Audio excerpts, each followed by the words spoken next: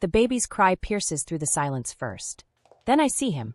My husband, Marcus Brightwood, the man I've shared a bed with for 7 years, is standing in the maternity ward window, his palm pressed against the glass. But he's not looking at our child. Because we don't have a child. He's looking at her baby. The bassinet card reads Baby Boy Brightwood, in that cheerful hospital handwriting. My last name. His last name. But not my baby.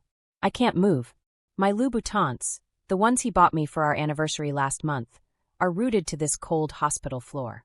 My breath catches somewhere between my chest and throat, trapped, suffocating. Marcus turns. Our eyes meet through the glass reflection. And he smiles. Not a guilty smile. Not an apologetic smile. A proud smile. The smile of a man who's just become a father. Sophie. His voice reaches me as he walks closer, each step echoing like a gunshot in my mind. I can explain. Can he? Can you really explain how your mistress just gave birth to your child in the hospital where your wife's company holds a 90% investment stake?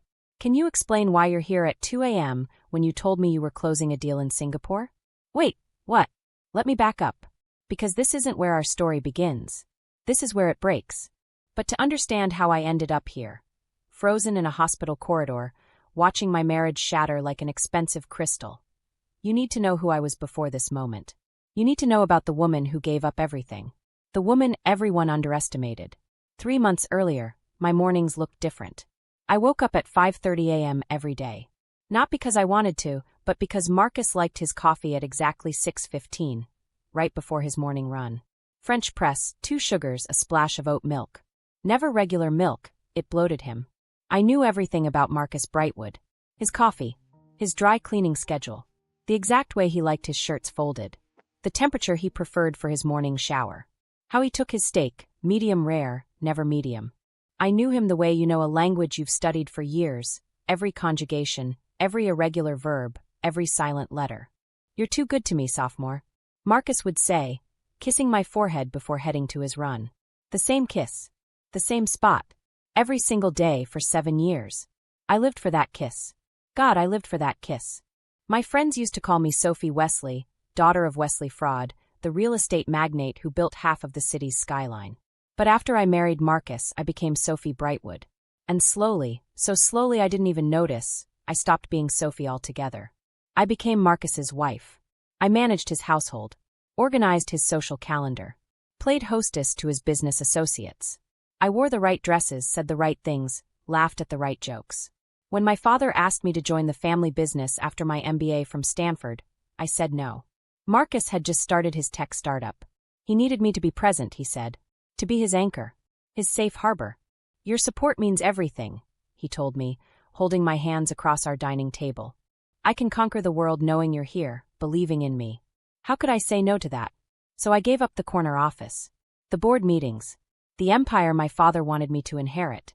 For love. Everyone said I was lucky. Marcus Brightwood, brilliant, ambitious, handsome. The kind of man who lights up every room he enters. When he spoke at conferences, people leaned in. When he pitched investors, they opened their checkbooks. And he chose me. Quiet Sophie Wesley. The girl who preferred books to parties, strategy to small talk. I wasn't beautiful like the women in his orbit. Those venture capitalists with their sharp blazers and sharper minds, or the models at charity galas who draped themselves over successful men like expensive accessories. But Marcus saw something in me. Stability, he said. Realness. You're my foundation, Sophie, he whispered on our wedding night. Everything I build for us. I believed him. God, I believed every word.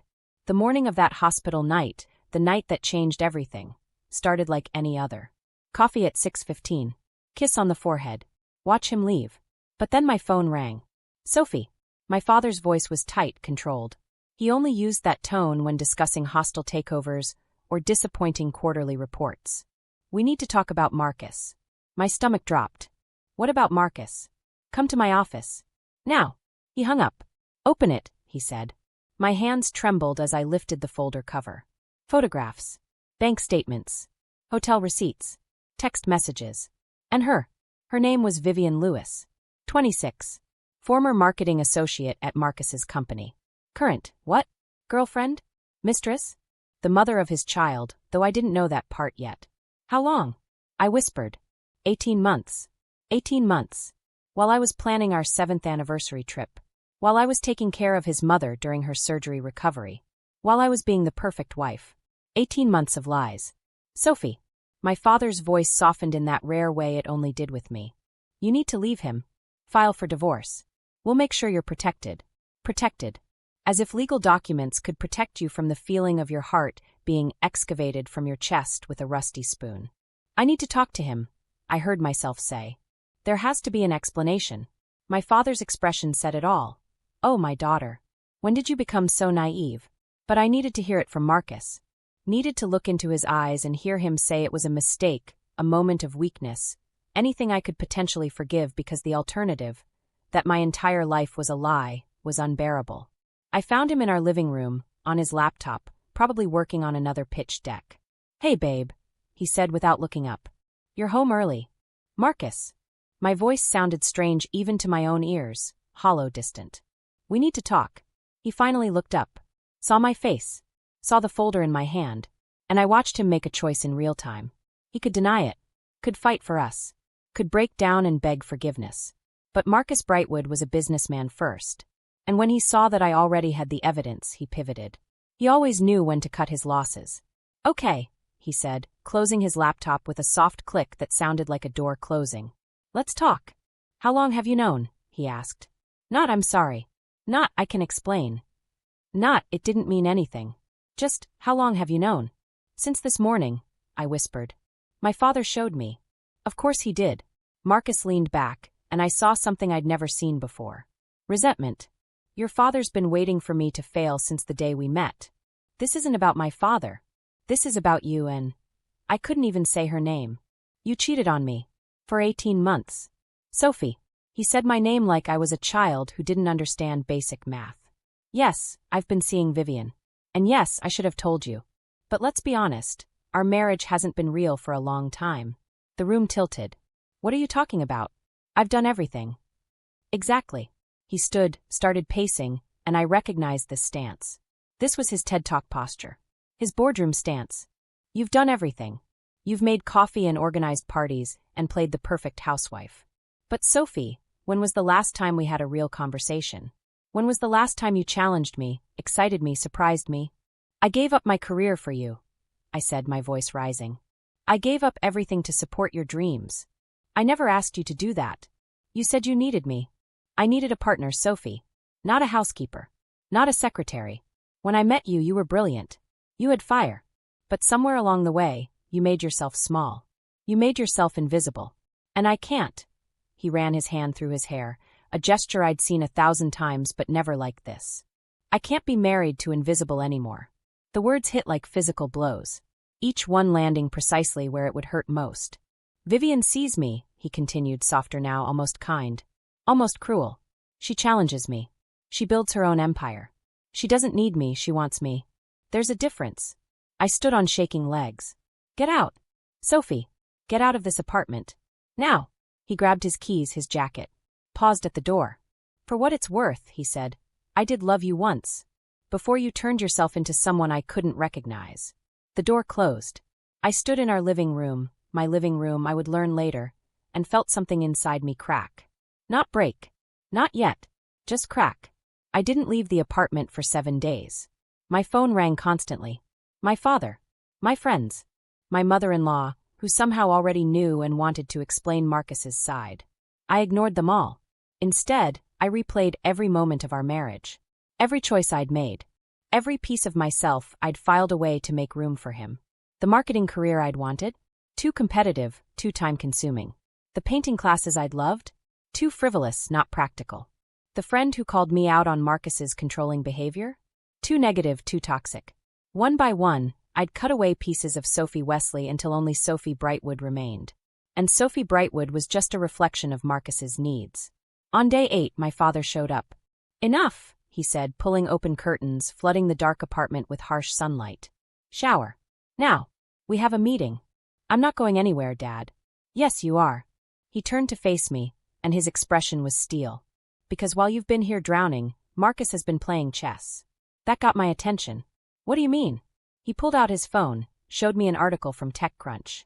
There was a photo. Marcus in a crisp suit, his hand resting on Vivian's very pregnant belly. The article called her his partner in life and business. Partner. The word I'd so desperately wanted. Given to someone else. She's pregnant. 7 months, my father said quietly. He's been planning this for a while, Sophie. The timeline crashed into place. 18 months of affair. 7 months pregnant. Which meant he got her pregnant while planning our anniversary trip, I whispered. My father's silence was confirmation enough. There's more, he continued. He's been moving assets, consolidating accounts under his name. He's preparing for a divorce, and he's making sure you get as little as possible. But the prenup protects what you brought into the marriage. But everything acquired during? He's claiming it's his business success, not marital assets. His lawyers are good, Sophie. Very good. I thought I'd hit bottom that day in our living room. But this was free fall. Why? The word came out broken. Why does he hate me so much? He doesn't hate you. My father sat beside me, something he rarely did. My father wasn't a man comfortable with physical comfort. He just doesn't think about you at all anymore. To him, you're already gone. Just a legal inconvenience to deal with. That hurt worse than hate. Hate meant I still mattered. Indifference meant I'd been erased. What do I do? I asked and hated how small my voice sounded. My father studied me for a long time. Then, come to the office tomorrow. 10 a.m. There's something you need to see. I wore a black dress. Simple, elegant, my mother's pearls. I'd spent 2 hours on my makeup, covering the evidence of my week-long breakdown. If I looked like I was falling apart, I'd be falling apart. Fake it till you make it, right?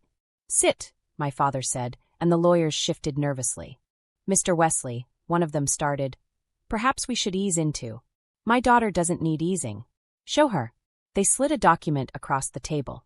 Do you know what this is? My father asked. I scanned the pages, my Stanford MBA suddenly clicking back online after months of dormancy. Corporate structure. Investment rounds. Share distribution. And there, buried in the middle of page 7. Wesley Fraud Holdings, 51% ownership. Sophie Wesley Brightwood, 39% ownership. Marcus Brightwood, 10% ownership. Wait, what? I don't understand, I said slowly. Marcus owns 10% of his own company? Look at the dates, my father instructed. I looked. The initial investment, 8 years ago, right before our wedding. You funded his startup? We funded his startup, my father corrected. Your trust fund. The one your grandmother left you. The one you didn't want to touch because you said Marcus needed to make it on his own. Do you remember what you told me? I did. God, I did. I don't want him to feel like he married me for money. Let's make it a silent investment. He doesn't need to know. You structured it so the money came through your holdings, I whispered, the full picture emerging. So Marcus would think it was just another institutional investor. A brilliant woman doesn't become stupid just because she falls in love, my father said. I made sure you were protected, whether you wanted it or not. The documents kept coming. Property deeds. Investment accounts. Asset portfolios. The penthouse apartment? In my name, purchased with my trust fund. The vacation home in Tuscany? My trust fund. The art collection Marcus loved to show off? My trust fund. Even his precious Tesla? Leased under my corporate account. Sophie. My father leaned forward. Marcus Brightwood has built his entire empire on your money. Every pitch, every expansion, every self-made success story, it's been funded by you. He just didn't know it. One of the lawyers cleared his throat. Mrs. Brightwood, as majority shareholder, you have the right to. Everything, I finished. I have the right to everything. The room fell silent. 7 years. 7 years of making myself small. Of believing I'd given up my career for him. Of thinking I'd sacrificed everything. But I hadn't given up on anything. I'd built an empire. I just hadn't been sitting on the throne. Where is he now? I asked. At the hospital, one of the lawyers said. Ms. Lewis went into labor last night. He's been posting on social media about becoming a father. Of course he was. Marcus always did love an audience. My phone buzzed. A text from a number I didn't recognize. This is Vivian. I think we should meet. Woman to woman. I stared at the message. Then at the documents spread before me. Then at my father, who was watching me with an expression I'd never seen before. Pride. What are you thinking, Sophie? He asked. I smiled. Not the practiced smile of Sophie Brightwood, the dutiful wife.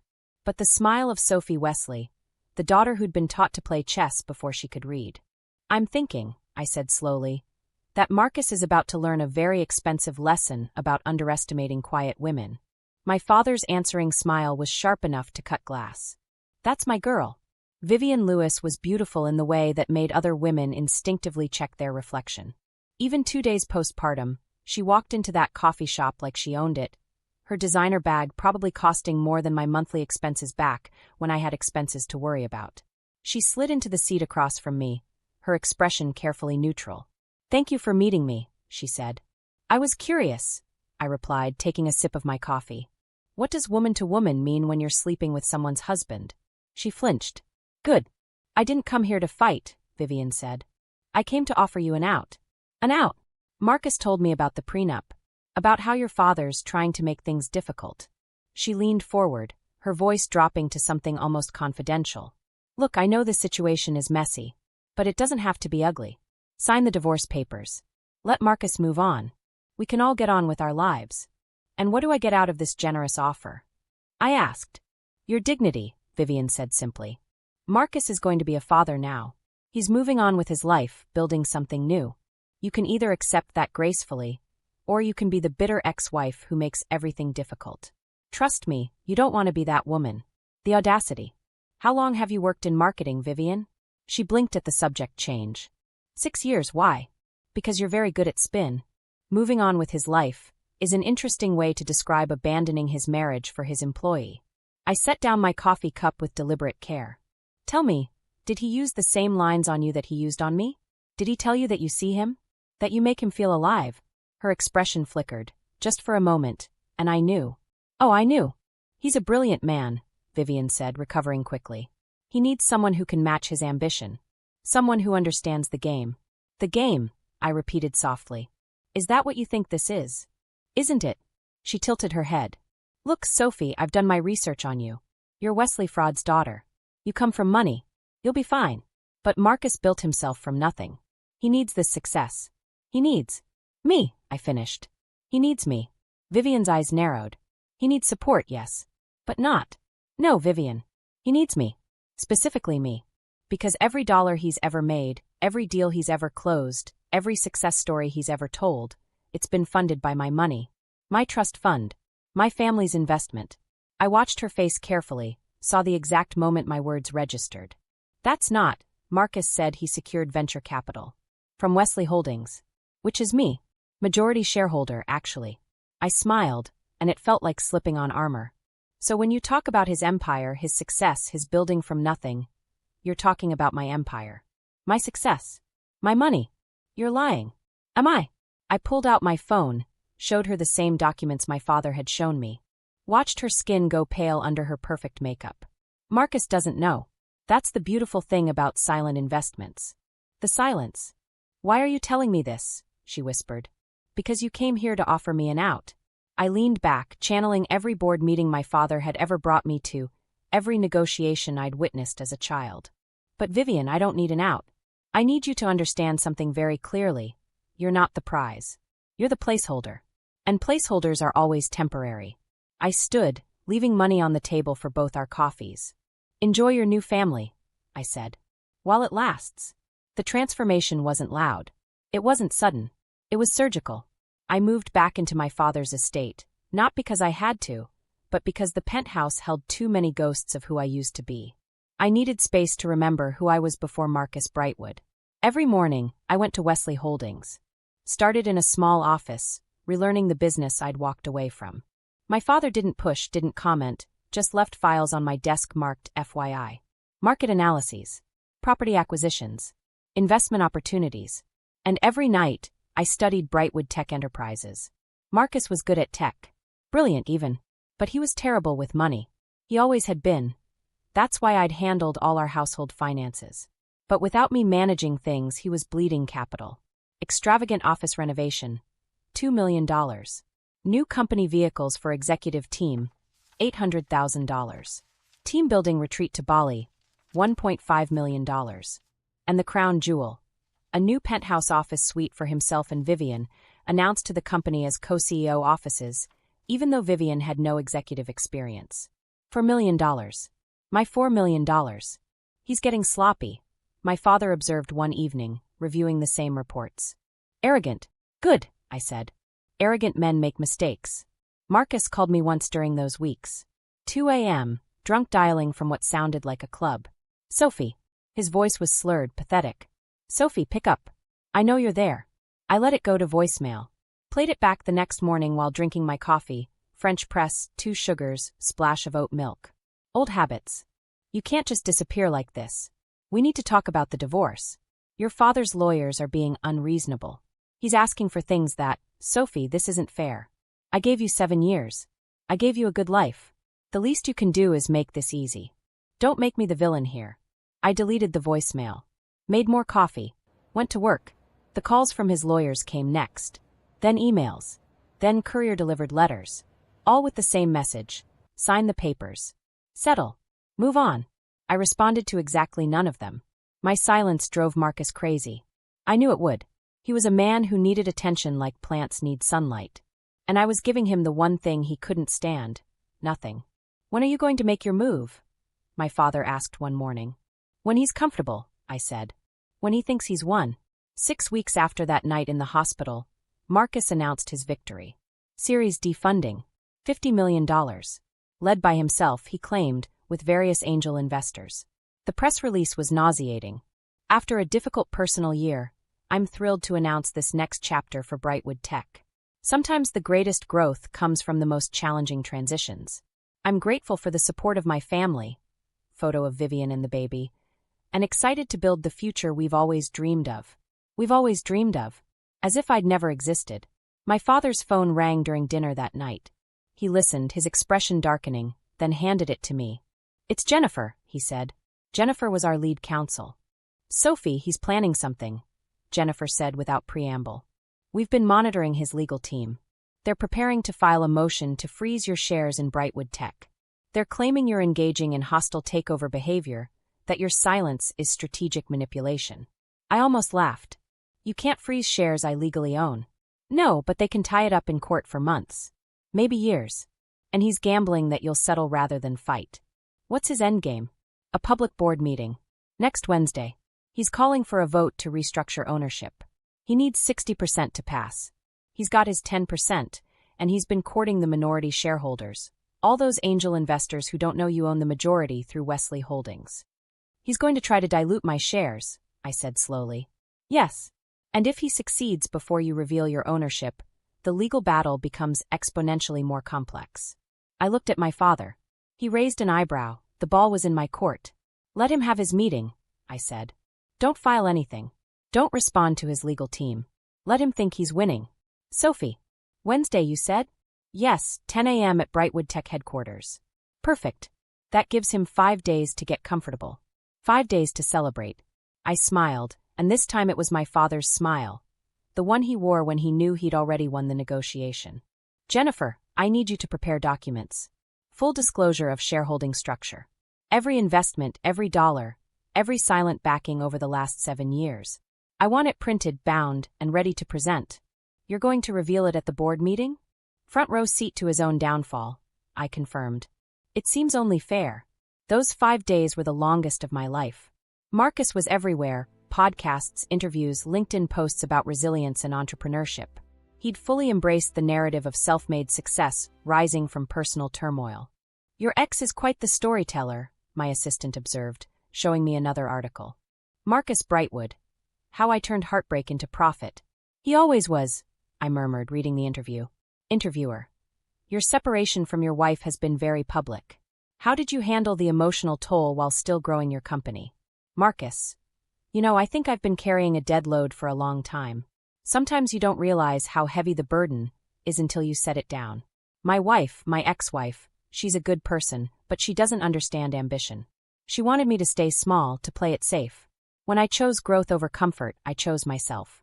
And that's when everything changed. Dead load. Burden. Didn't understand ambition.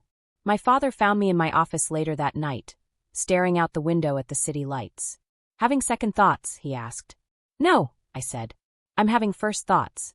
Real thoughts. For the first time in 7 years, I'm thinking clearly. And what are you thinking? I turned to face him. I'm thinking that I wasted 7 years loving a man who never saw me. I'm thinking that I made myself small because I thought that's what love required. I'm thinking. My voice cracked just slightly and I hated it. I'm thinking about the woman I could have been if I'd believed in myself the way I believed in him. My father crossed the room, pulled me into a hug, rare, precious, needed. You're about to become her, he said quietly. On Wednesday you become her. I couldn't sleep the night before the meeting. Instead, I stood in front of my closet at 3 a.m., staring at racks of clothes I'd bought to please Marcus. Neutral tones. Classic cuts. Nothing too bold, nothing too memorable. You're beautiful just like this, Sophie. Simple. Elegant. Real. His words echoed in my memory, and I finally understood what he'd really meant. Be beautiful, but not so beautiful that you outshine me. Be smart, but not so smart that you challenge me. Be there, but not so present that I have to actually see you. I'd dressed for his comfort for 7 years. Tomorrow, I'd dress for mine. The boardroom was on the 15th floor. Floor-to-ceiling windows, a table that could seat 30, and enough masculine energy to choke on. Marcus was already there, of course, holding court. Vivian beside him, playing the part of supportive partner. The baby, mercifully, was with a nanny. I was the last to arrive. Sophie. His voice cracked on my name. What are you doing here? I'm attending a board meeting, I said pleasantly, taking the empty seat at the far end of the table, the one directly opposite him.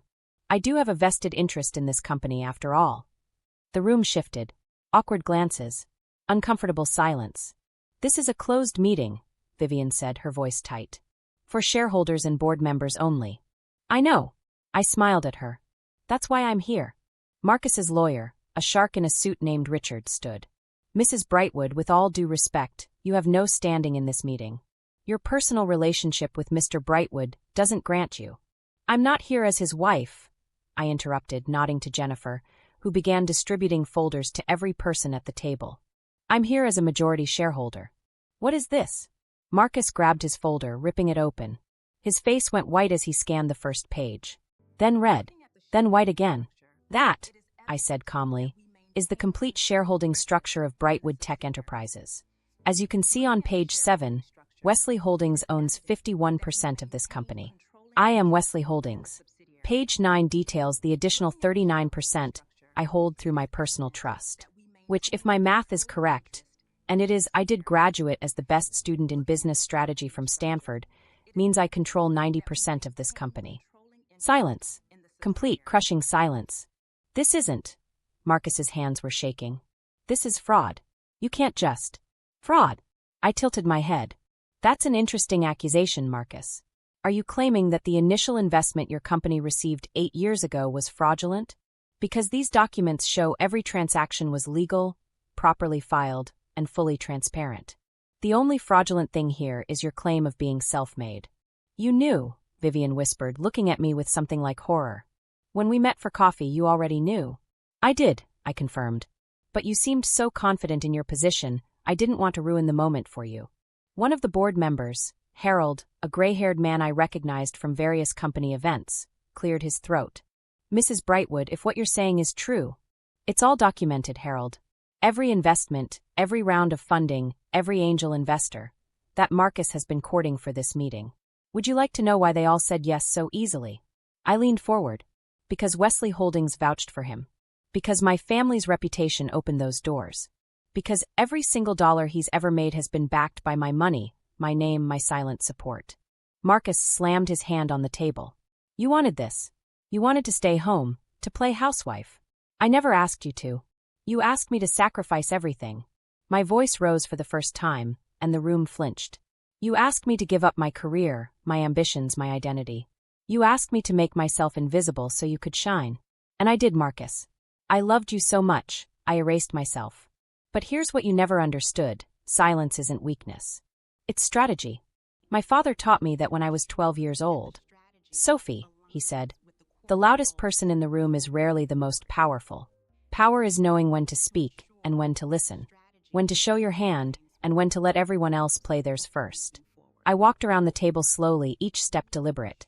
So I stayed quiet while you celebrated our anniversary and got your mistress pregnant. I stayed quiet while you moved assets and prepared for divorce. I stayed quiet while you announced your Series D funding and called me dead load, dead fraud in interviews. I stayed quiet while you scheduled this meeting to try to dilute my shares and push me out of my own company. I stopped directly behind his chair. But Marcus, the silence is over. Richard, the lawyer, tried one more time. Mrs. Brightwood, even if the shareholding is as you claim, you can't simply take over the company. Mr. Brightwood is the CEO. He's been running operations. Has he? I moved back to my seat, pulled out another document. This is a performance review I had our accounting team prepare.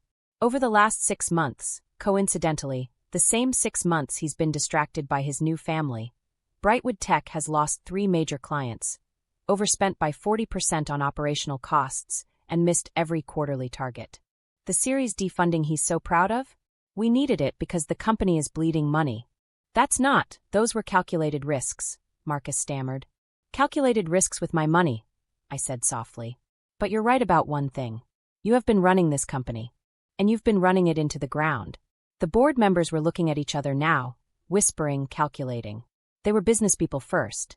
And business didn't care about emotions. I'm calling for a vote, I said formally. To remove Marcus Brightwood as CEO of Brightwood Tech Enterprises, effective immediately. You can't do this. Vivian stood, her voice shrill. He built this company. He built everything. No, I said, meeting her eyes. I built this company.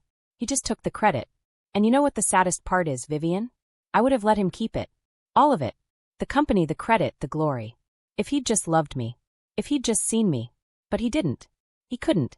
Because men like Marcus don't see people, they see tools. And I stopped being useful.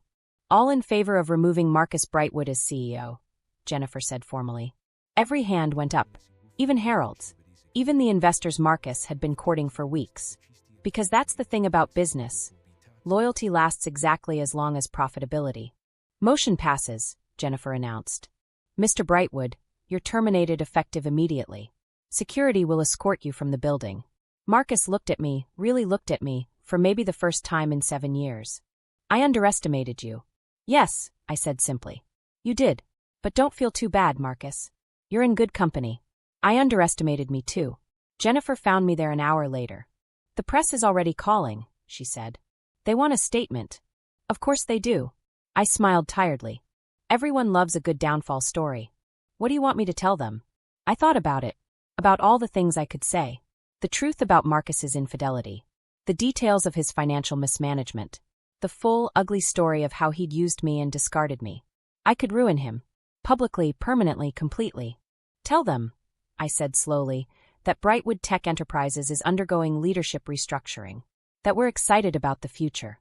That we wish Mr. Brightwood well in his personal endeavors. Jennifer raised an eyebrow. That's surprisingly gracious. Is it? I stood, gathering my things. Or is it the most powerful move I could make? Because here's what I've learned, Jennifer. Revenge doesn't need to be loud. It doesn't need to be public. It doesn't need a dramatic speech or a vindictive interview. I headed for the door, paused, looked back at the boardroom. This monument to masculine ego that was now mine. The best revenge is living well. And I intend to live extraordinarily well. People always ask me if I regret it. The 7 years I spent being invisible. The career I paused. The woman I stopped being. And here's the truth. I don't regret loving Marcus. I regret forgetting to love myself more. Brightwood Tech? We rebranded. It's now Wesley Tech. Under my leadership, we've increased profitability by 200%. We've acquired 3 competitors. We're pioneering new technology in sustainable development. And Marcus? He started over. A smaller company, more modest dreams. I heard he and Vivian broke up. Turns out she also expected him to be successful. Funny how that works. I could have destroyed him, publicly shamed him, made sure he never worked in tech again. But that would have meant he still mattered. My father told me recently that he's proud of me. Not for taking down Marcus. Not for the business success. But for finding my way back to the woman I was always meant to be. You were never weak, Sophie, he said. You were just looking in the wrong direction. You were looking at him instead of yourself. The thing about being underestimated is that it teaches you something valuable. Your power doesn't come from other people's perception of you. It comes from your perception of yourself. Marcus thought I was weak because I was quiet. But the most dangerous people in the world aren't the ones screaming. They're the ones watching, waiting, learning. They're the ones who know that silence isn't surrender. It's preparation. 6 months after this story, Wesley Tech went public with an IPO valuation of $2 billion. Sophie Wesley became one of the youngest female billionaires in tech. She remains unmarried. She remains unstoppable. So here's what I want you to take from my story. If someone makes you feel small, they're afraid of your size. If someone needs you to be invisible, it's because your light blinds them. And if someone tells you that you're weak because you're quiet, they've never met a truly powerful woman. Because the most dangerous thing in the world isn't a woman who screams. It's a woman who stops talking and starts planning. I was Sophie Brightwood, the forgotten wife, the dead fraud, the burden. Now I'm Sophie Wesley. And I'm just getting started. Think you know someone who needs to hear this story? Share it.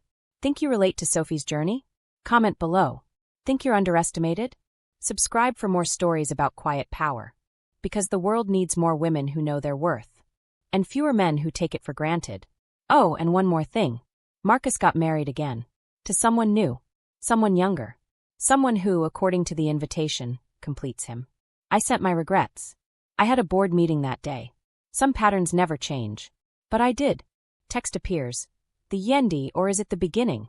Hit that subscribe button if you want more stories about women who refuse to stay small. Because trust me, we're everywhere. We're just done being quiet about it.